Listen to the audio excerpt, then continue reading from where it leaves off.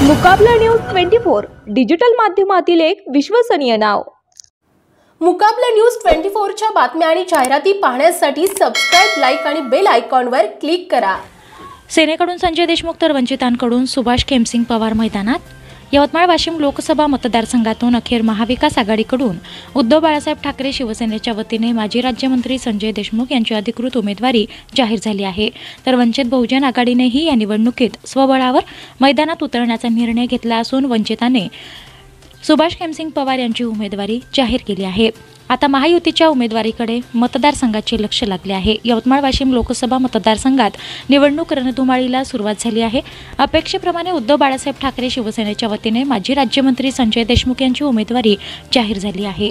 1999 ते 2009 असे तब्बल 10 वर्ष देशमुख यांनी दिग्रस विधानसभेचे नेतृत्व केले आहे। 2009 मध्ये संजय राठोड यांच्याकडून पराभवानंतर देशमुख काहीसे बॅकफुटवर आले होते, मात्र तरीही दिग्रसमधील स्थानिक स्वराज्य संस्थांवर त्यांचा दबदबा कायम आहे। 2019च्या विधानसभा निवडणुकीत संजय देशमुख यांनी संजय राठोड यांच्या विरोधात अपक्ष म्हणून लढताना 75,000वर मतदान खेचून घेतले होते।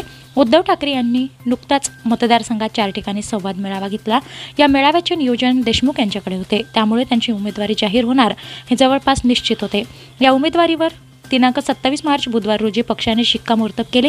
दरम्यान वंचित बहुजन आघाडीच्या वतीनेही सुभाष खेमसिंग पवार यांची उमेदवारी जाहीर झाली आहे।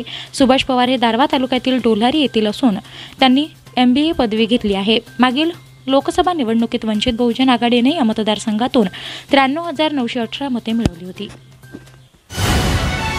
मुकाबला न्यूज 24 डिजिटल माध्यमातील एक विश्वसनीय नाव।